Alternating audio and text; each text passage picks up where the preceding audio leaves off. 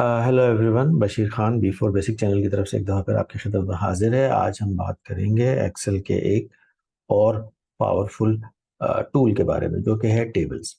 Tables बहुत सारे लोग नहीं जानते, उसका इस्तेमाल नहीं जानते, वो नहीं यूज़ करते। मैं खुद भी कई सालों तक एक्सेल को बगैर टेबल के इस्तेमाल करता रहा। लेकिन जब मुझे टेबल की इंपॉर्टेंस और उसकी पावर और उसकी टाइम सेविंग फंक्शनैलिटी के बारे में पता चला, मैंने उसके बाद से अपनी हर वर्कशीट के अंदर टेबल का इस्तेमाल शुरू किया। ठीक है। आज हम इस पर बात करेंगे, लेकिन इससे पहले मैं आपको एक बड़ी अहम बात बताना चाहता हूँ कि मुझसे कुछ स्टूडेंट्स ने कांटेक्ट किया। उन्होंने मुझसे पूछा कि अगर हमें बाहर पढ़ने जाना हो तो इस बारे में कोई आप मालूमात दे सकते हैं। मैंने कहा भाई, मैं नहीं दे सकता, क्योंकि मैं माइक्रोसॉफ्ट का की प्रोडक्ट्स का ट्रेनर हूँ, उनकी ट्रेनिंग करता हूँ। इस बारे में मुझे ज़्यादा मालूमात है नहीं। लेकिन क्योंकि ये क्यूरी मेरे पास आई थी, तो मैंने कुछ इस बारे में रिसर्च की, कुछ लोगों से कांटेक्ट किया, और आ, एक कंपनी है जो कि कनाडा में बेस्ड है और उसका नाम है यूनिवर्सल इमिग्रेशन। मैंने उनसे कांटेक्ट किया और वो बखुशी मेरी इस क्वेरी पे हमारे साथ कोलैबोरेट करने के लिए तैयार हो गए। उन्होंने कहा कि आप हमें बताइए कौन कौन से स्टूडेंट्स के क्या क्या सवाल है, वो हर सवाल का जवाब देंगे, प्लस आपको गाइड करेंगे, आपकी रहनुमाई करेंगे। मैं इस वीडियो के आखिर में आपको अपना ईमेल एड्रेस दूंगा, उस पर आप मुझे ईमेल करिए अगर आपको इस बारे में कुछ इंफॉर्मेशन चाहिए। तो मैं आपको कनेक्ट कर दूंगा यूनिवर्सल इमिग्रेशन कनाडा के थ्रू। वो आपसे ऑनलाइन कनेक्ट होंगे, आपको हर तरह की इंफॉर्मेशन देंगे कि इमिग्रेशन क्या है, दाखिला कैसे लिए जाते हैं, फीसिस क्या हो सकती हैं, क्या चीज़ क्या हो सकती है। ये तमाम चीज़ें वही बताएंगे भाई। और क्या तरीक़ेकार है और किस तरीके से स्टूडेंट को किन किन चीज़ों का ख्याल रखना है, और दाखिले कब स्टार्ट हो रहे हैं, कब एंड हो रहे हैं, कौन सा सेमेस्टर बेहतर है दाखिलों के लिए। ये तमाम मालूमात क्योंकि उन्होंने मुझे भी बताई थी, इसलिए मैंने जल्दी जल्दी कहने की कोशिश की। लेकिन आ, ये वही आपको बताएंगे। ठीक है, वीडियो के आखिर में देख लीजिएगा, ईमेल पे ईमेल करिएगा अगर आपको स्टडी अब्रॉड के बारे में कोई भी इंफॉर्मेशन चाहिए। ठीक है, फिलहाल आगे बढ़ते हैं अपने टॉपिक की तरफ। तो मैं पहले आपके सामने वो स्क्रीन खोलूं ताकि आपको एक्सेल और मैं दोनों नजर आए। अच्छा जी, तो हमारे सामने जनाब एक छोटी सी वर्कशीट, छोटी तो नहीं है लेकिन वर्कशीट तो है, मौजूद है। ये वर्कशीट बड़ी सिंपल सी है। स्कूल इंक्वायरी डेटा, जैसे कि मैंने ऊपर लिखा हुआ है, इंक्वायरी की डेट को डेट कर देते हैं। ठीक है, शॉर्ट डेट, ये डेट है, नाम है, बच्चे का नाम है, क्लास है, और एज है, और उसकी फीस है। अगर इस टेबल को मैं थोड़ा सा बेहतर शक्ल में लेके आना चाहूँ, तो क्या करूँगा भाई, मैं इसकी कॉलम विड्थ देखूंगा, कौन कौन से वर्ड पूरे हो रहे हैं। मैं थोड़ा सा वो वक्त बताता हूँ आपको कि अगर मैं इसको मैनुअली तेज़ी के साथ अपने फॉर्मेट में लाना चाहूँ तो मुझे कितना वक्त दरकार होगा और क्या क्या किया जा सकता है। ये मैंने आउटलाइंस बना दी, ये मैंने इनसाइड लाइंस बना दी। हेडर कंप्लीट हो गया, बोल्ड भी कर देता हूँ ताकि ज़्यादा बेहतर लगे। उसके बाद मैं बड़ी तेज़ी से काम कर रहा हूँ क्योंकि ये काम मैं अक्सर करता रहता हूँ। तो वरना जनरली आदमी सोच समझ के काम कर रहा होता है। अब मुझे इसमें टोटल की एक फील्ड ऐड करनी है। खुद ब खुद टोटल का फॉर्मेट तो आ गया, वेरी गुड। अब मैं कहता हूँ सम का फंक्शन मैंने लिखा, इसके साथ मैंने तीनों को, फीस को मैंने जमा करने के लिए टोटल कर दिया। यहाँ टोटल आ गया, इसको मैं ड्रैग करता हूँ, ड्रैग करने के बाद सब जगह टोटल आ गया। इसकी मैं फॉर्मेटिंग कर लेता हूँ, ये खोल करके ये बंद करता हूँ, ये खोल, इसको इनसाइड लाइन लगा लेता हूँ, तो ये कुछ बेहतर कंडीशन में आ गया। अब मैं ऐसे ही समझने के लिए यहाँ पे सम का फंक्शन लगाता हूँ, ताकि अगर मुझे इस कॉलम का टोटल करना, जबकि इस कॉलम के टोटल का फिलहाल कोई मकसद नहीं है, लेकिन अगर करना है तो ऐसे किया जा सकता है। और मुझे फिर उस की भी फॉर्मेटिंग करनी होगी, जो कि आपके सामने मैं कर रहा हूँ। इसको मैं प्रोमिनेंट कर देता हूँ, बोल्ड कर देता हूँ, और जो जो मुझे समझ आता है मैं इसमें कर, यानी कि मैंने एक नॉर्मल शीट में फॉर्मेट किया उसके डेटा को। उसके बाद उसके हेडर को किया, टोटल ऐड किया, उसका राइट साइड पे फिल्टर मैंने ऐड नहीं किया, नेम मैंने ऐड नहीं किया, और ग्राफ मैंने ऐड नहीं किया। ठीक है, और रो और कॉलम, अब मजीद अगर मुझे इसमें कॉलम ऐड करनी है तो मैं फंस गया हूँ। अब मैं अगर यहाँ पे इंसर्ट रो करता हूँ तो ये डेटा नीचे चला गया, तो मुझे अब जो भी लिखना होगा वो यहाँ लिखना होगा, इससे आगे बढ़ना होगा। ठीक है, तो ये थोड़ी सी मुश्किल होगी, मुझे दोबारा से नीचे रो ऐड करनी होगी इस टेबल के बाद, और सारी सेटिंग दोबारा से ट्यून अप करनी होगी। ये मेरा मैनुअल फॉर्मेटिंग करने का तरीका है, इसमें कुछ ना कुछ वक्त जरूर लग सकता है। ठीक है, अब इसी टेबल को इसी टेबल को मैं यहाँ पे एक ब्लैंक शीट लेता हूँ और उसमें, अच्छा, हाँ, ब्लैंक शीट लेता हूँ और उसमें इसको यहाँ से यहाँ तक कॉपी कर देता हूँ। वापस जाता हूँ और इसको as it is as a copy कर देता हूँ। और आप देखें, कॉपी किया है मैंने सिर्फ डेटा, तो रो और कॉलम में कोई वही दोबारा से छोटे हो गए जो कि नॉर्मल डिफॉल्ट थे। अब यही सारे काम, क्योंकि हमारा टॉपिक टेबल है, मैं टेबल को अप्लाई करके करूंगा और देखिएगा इसमें कितना वक्त लग सकता है। एक बड़ी इंपॉर्टेंट चीज है कि आप रेंज पहले सेलेक्ट कर लें, जरूरी नहीं है लेकिन कर लें, ठीक है। इंसर्ट किया, हर चीज जो इंसर्ट करनी होती है वो ज्यादातर इंसर्ट में मौजूद होती है। टेबल पे आप क्लिक करो भाई, और ये रेंज पूछेगा कि रेंज सही है, और नीचे एक चेक पूछ रहा है कि माई टेबल हैज अ हेडर, मेरी टेबल में यकीनन हेडर मौजूद है, तो मैंने ओके कर दिया। आप ये देखिए कि मैंने ओके किया और कुछ भी नहीं किया, और क्या हुआ। अगर आप गौर करें तो थोड़ा सा मैं सीट को बड़ा करूं, आप देखिए तो अदर फीस और मंथली फीस के कॉलम भी खुद ब खुद फिट हो गए, ठीक है। और कॉलम्स की रेंज थोड़ी सी बढ़ गई, हेडर खुद ब खुद आ गया, हेडर के अंदर फिल्टर भी लगा हुआ हो गया, हेडर पहले थे, फॉर्मेट खुद ब खुद हो गए, खुद ब खुद कलर आ गया, सब कुछ खुद ब खुद हो गया।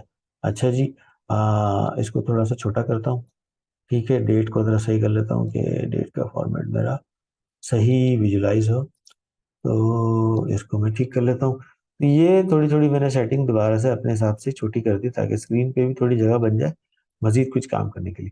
अब मैं इनसे कहता हूँ कि भाई टोटल का मुझे एक कॉलम चाहिए, वहां भी टोटल किया था, सिर्फ टोटल का हेडर पे फॉर्मेट कॉपी हुआ था, नीचे इधर देखें तो पूरा का पूरा कॉलम ही लेफ्ट साइड से फॉर्मेट हो गया। अब मैं कहता हूँ भाई मुझे इन तीन कॉलम्स का सम चाहिए, एक दो तीन, ब्रैकेट क्लोज करके मैंने एंटर प्रेस किया, तो ऑटोमेटिकली नीचे तक चला गया, मुझे दोबारा उसको नीचे कॉपी करने की जरूरत नहीं, ये काम भी खुद ब खुद हो गया।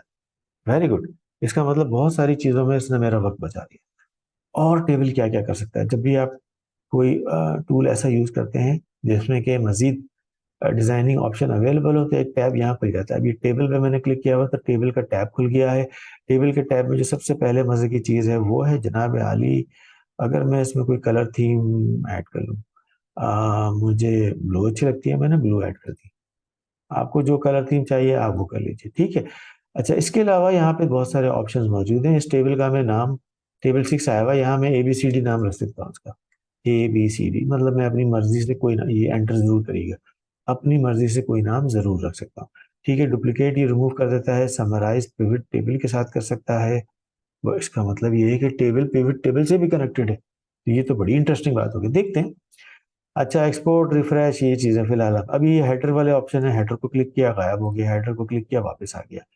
ब्रांडेड रो यानी कि एक रो ऑल्टरनेट हाईलाइट हुई है, अगर मैं इस पर क्लिक कर दूं तो वो हाईलाइट रो खत्म हो गई।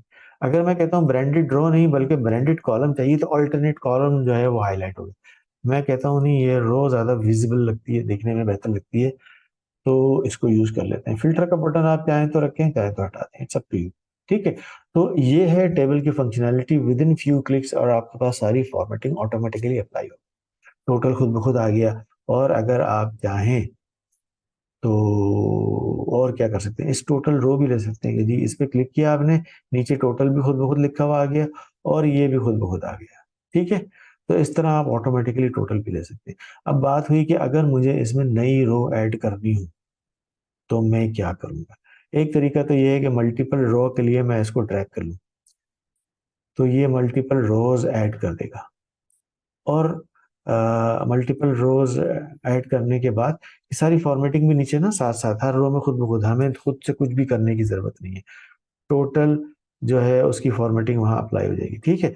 अच्छा, अब अगर मुझे फर्ज करेंगे यहाँ पे मैंने 11th रो लिखी हुई है और कुछ भी डेटा लिखा हुआ है, टेस्टिंग, अगर मैं तेजी से काम कर रहा हूँ और यहाँ लाके 12 लिख देता हूँ तो भी ये खुद ब खुद रो ऐड कर देगा। रो का मतलब उस रो को टेबल में खुद ब खुद ऐड कर देगा, आपको कोई फॉर्मेटिंग या उसके बारे में सोचने की जरूरत नहीं है।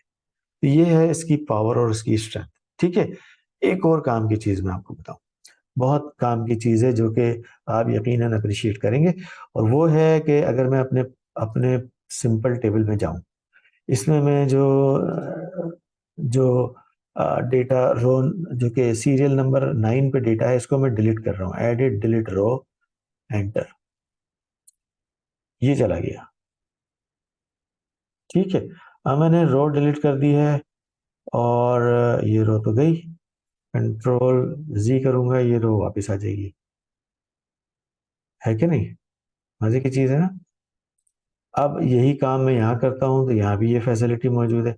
अगर मैं इसको डिलीट करना चाहूँ तो कैसे करूँगा? Delete table row. तो इस तरह भी टेबल रोज डिलीट की जा सकती हैं। ठीक है, तो आप देखें टेबल के फंक्शन से हमें क्या क्या फायदे हो सकते हैं। एक तो ये है कि खुद ब खुद चार्ट का नाम एक टेबल बन गया, टेबल के नेम को हमने एडजस्ट भी किया, और टेबल की फंक्शनैलिटी में जाकर के हमने कलर चेंज किए, उसके अंदर डिफरेंट काम किए। अब हम करते हैं एक और पावरफुल काम। वो पावरफुल काम क्या है कि टेबल पे क्लिक किया मैंने, टेबल पे क्लिक करने के बाद मैं ये कहता हूँ कि ये स्लाइसर क्या चीज़ है भाई। मैंने स्लाइसर को क्लिक किया तो एक छोटी सी विंडो बन जानी चाहिए। एक मिनट में इसको सिलेक्ट कर लूँ, उसके बाद मैं इंसर्ट स्लाइसर करूं तो एक छोटी सी विंडो आई है। उस विंडो में तमाम कॉलम के नाम मौजूद हैं। ये एक स्लाइसर एक ऑप्शन देता है फिल्टराइजेशन ऑफ डेटा के लिए। ठीक है, मैं ऐसा करता हूँ, इस पर कौन सी, ओके, मैं क्लास पे ओके कर देता हूँ। तो मुझे उसने क्लास का फिल्टर दे दिया, उस फिल्टर को मैं यहाँ लगा सकता हूँ कि जी क्लास जो है वो KG 1 पे क्लिक किया तो सिर्फ KG 1 के स्टूडेंट आ गए, KG 2 पे क्लिक किया तो सिर्फ KG 2 के स्टूडेंट आ गए। ठीक है, ब्लैंक पे क्लिक किया तो कुछ ब्लैंक रोज भी थी मेरे डेटा में, या सब कुछ कुछ एज के नाम से भी मैंने क्लास लिखी हुई थी वो भी इसके अंदर आ गई। ठीक है, तो ये सारे फिल्टर लग गए। अगर मुझे सारों हटाना होता तो ये बटन मैंने क्लियर फिल्टर का यूज किया और ये सारे फिल्टर हट गए। तो इस तरह मैंने एक स्लाइसर ऐड कर दिया। अब मैं क्या करता हूँ, इस स्लाइसर के अच्छा, स्लाइसर को भी आप फॉर्मेट कर सकते हैं। आप देखें इसकी हाइट विड्थ सब कुछ, अलाइनमेंट, और इसकी कलर थीम भी आप चेंज कर सकते हैं कि स्लाइसर को आप अपनी कलर थीम के हिसाब से, ब्लू है तो ब्लू के नाम से लगा दिया। और स्लाइसर का भी एक नाम बन गया क्लास के नाम से, क्योंकि क्लास इसका हेडर था तो उस हेडर का ही उसने नाम दे दिया। तो इस तरह हमने एक स्लाइसर ऐड कर दिया। मैं इसको स्लाइसर को डिलीट करता हूँ, वापस टेबल में जाता हूँ और दोबारा से एक और स्लाइसर ऐड करता हूँ, ताकि मैं कहता हूँ कि एज वाइज अगर मुझे स्टूडेंट सेग्रीगेट करना हो तो मैंने एज पे क्लिक किया, एज का स्लाइसर आ गया, स्लाइसर को मैंने राइट पे कर दिया, थोड़ी सी इसके मैंने कलरिंग चेंज कर दी, और मैंने कहा कि जो 4 ईयर के स्टूडेंट से कितने आएंगे। एक बेनिफिट ये हुआ कि ऑटोमेटिकली इसमें ऊपर वाला कॉलम फ्रीज हो गया। अगर मैं इसको स्क्रॉल अप करूं तो आप देखें ऊपर वाला कॉलम फ्रीज है और ऊपर वाले जो हेडर्स हैं वो अपनी जगह पे मौजूद रहेंगे, और नीचे जितना लंबा भी टेबल हो वो आगे स्क्रॉल करता रहेगा।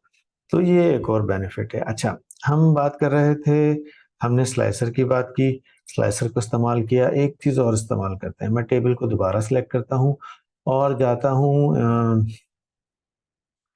पहले मैं डिज़ाइनर में देखूँ, हमने स्लाइसर यूज़ कर लिया। अगर हम समराइज विद पिवट टेबल करना चाहें तो हम पिवट टेबल की तरफ भी जा सकते हैं, डुप्लीकेट रिमूव कर सकते हैं, और convert to range. Convert to range का मतलब है अगर मैं इसको क्लिक कर दूं तो ये मुझसे पूछेगा दोबारा नॉर्मल कर दूं, तो जो मैंने डिजाइनिंग अप्लाई की हुई है टेबल पे वो एज इट इज रहेगी और ये टेबल से बाहर आ जाएगा, ये नॉर्मल डेटा हो जाएगा। मैं इसको दोबारा से टेबल डिक्लेयर कर देता हूँ, ये दोबारा टेबल बन गया। ठीक है, इसने फिर अपने हिसाब से कॉलम एक्सपेंड कर दिए। एनीवे, अभी हमारा जो अगला मकसद है समझने का वो ये है कि अगर मुझे इसमें कोई पिवट चार्ट ऐड करना हो तो क्या मैं कर सकता हूँ? मैं अगर रिकमेंडेड चार्ट की तरफ क्लिक करूँ तो ये मुझे 3-4 चार्ट्स की रिकमेंडेशन दे देता है। अगर उनमें से कोई एक मैं सिलेक्ट कर लूँ और सिंपली इसे ओके कर दूँ तो ऑटोमेटिकली चार्ट पीस के खुद ब खुद इसने एक चार्ट डिजाइन किया। एज, क्लास, सारे सारे कॉलम्स को ले लिया क्योंकि हमने डिफाइन नहीं किया। तो इस तरह इसने तमाम कॉलम्स को ले करके एक चार्ट खुद ब खुद डिजाइन कर दिया। तो चार्ट भी इसके साथ टेबल के साथ कनेक्ट हो जाता है। अच्छा, एक और बड़ी पावरफुल टूल है, एक बड़ा पावरफुल टूल है जो कि हमें जा करके मोर ऑप्शन से उठाना पड़ेगा, वो है फॉर्म्स। अगर मैं कस्टमाइज रिबन के अंदर जाऊं और इससे कहूं कि भाई ऑल कमांड्स में मुझे दिखा दे, थोड़ा सा टाइम लेता है ये सारी कमांड लोड करने का, उसके बाद चेंज कर देगा। आपने जनाब एफ में जाना है क्योंकि हमें फॉर्म ढूंढना है। फॉर्म का क्या फायदा होता है मैं आपको बताऊंगा। ABCD एफ, ये है फॉर्म। फॉर्म को मैंने ऐड करना है, कहाँ ऐड करूं भाई? यहाँ मैंने स्पीकिंग सेल का एक बनाया हुआ है, इसमें ऐड कर देता हूँ स्पीकिंग सेल के अंदर। Command need to be added to the custom group, okay भैया यहाँ आ जाते हैं, इसके अंदर जाके मैं इसको ऐड करता हूँ। यहाँ ये फॉर्म का ऑब्जेक्ट ऐड हो गया, दैट्स इट। अब मैं इसको बंद कर देता हूँ और टेबल को सिलेक्ट करता हूँ। आप देखिए क्या क्या पावर है फॉर्म की। स्पीकिंग सेल के टैब के अंदर, अरे फॉर्म तो आया ही नहीं, क्यों? क्या मैंने कुछ गड़बड़ करी है? हाँ मैंने कुछ गड़बड़ करी है, मैं आपको बताता हूँ क्या गड़बड़ हुई है। आइए दोबारा करते हैं, यही एक्सरसाइज दोबारा करते हैं। ऑप्शन पे जाते हैं और कस्टमाइज पे जाते हैं, इसको ऑल कमांड्स करते हैं और बड़ी तेजी से फॉर्म को ढूंढने की कोशिश करते हैं दोबारा से। ये आ गया फॉर्म, इसको क्लिक किया, मैंने इस अंदर वाले सेल में ऐड किया और ओके कर दिया। शायद मैंने उस वक्त ओके नहीं किया था और विंडो ऐसी बंद कर दी थी, इसलिए ये यहाँ नहीं आया। अच्छा, मैंने टेबल सेलेक्ट किया हुआ है, फॉर्म का बटन यहाँ मौजूद है और मैं इसको दबाता हूँ तो जनाब आली एक छोटा सा फॉर्म खुल जाएगा जिसके अंदर हम डेटा डाल और निकाल सकते हैं। प्रीवियस डेटा पे जाएं, देखें आपके जो पिछले टेबल में डेटा था, जैसे कि 2 नंबर पे सीरियल नंबर 2 पे अगर मैं जाऊं रिवर्स करके, तो सीरियल नंबर 2 पे अहमद खान मौजूद हैं, KG2 के हैं, 120 फीस है, 280 टोटल है, सब कुछ यहाँ आ रहा है। मैं यहाँ क्राइटेरिया भी कर सकता हूँ, नेक्स्ट भी जा सकता हूँ और मैं यहाँ से नई रो भी ऐड कर सकता हूँ। जैसे 11 नंबर नई रो है, उसकी मैंने डेट आज की डाल दी और विजिटर नेम अपना नाम लिख लिया, भाई मेरा नाम बशीर है। चाइल्ड का नाम मैंने अली लिख दिया। एज मैंने रख दी 5 इयर्स। क्लास मैंने 1 कर दी। रजिस्ट्रेशन फीस मैंने 120 कर दी। मंथली फीस 150 कर दी। Other fees 50। ऐसी सैंपल है। इसको जैसे ही मैं न्यू रिकॉर्ड करूंगा, आप देखें पीछे टेबल में आ गया और एक छोटा सा फॉर्म बन गया जैसा कि सॉफ्टवेयर के अंदर होता है।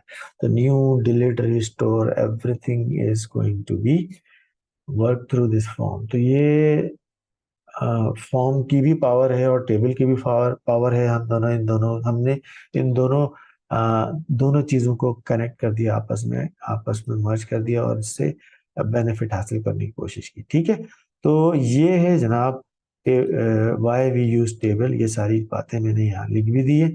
आखिर में ये लिखा हुआ था you can do forms and, अच्छा ये लिखा हुआ you can undo the deleted row using form. Normally अगर मैं फर्ज करें कि ये एक नॉर्मल टेबल है, इसके अंदर मैंने क्या किया, फॉर्म का इस्तेमाल किया। फॉर्म में जाकर के मैं कहता हूँ कि जी नेक्स्ट पे जाए, नेक्स्ट पे जाए। जो 3 नंबर रो है इसको मैंने डिलीट कर दी। 3 नंबर रो डिलीट हो गई, अब ये कैसे वापस आएगी? है कि नहीं? तो अगर नॉर्मल डेटा में वो वापस आने का कोई प्रोविजन नहीं है और कंट्रोल Z से भी आप कुछ नहीं कर सकते, तो हम जाएंगे अपने इस टेबल में और इसका फॉर्म खोलेंगे, इसके फॉर्म पे जाएंगे, इसकी रो नंबर 3 को हम डिलीट करेंगे। ठीक है, इसको हम डिलीट करते हैं और ओके कर देते हैं। और अब क्या होगा भाई?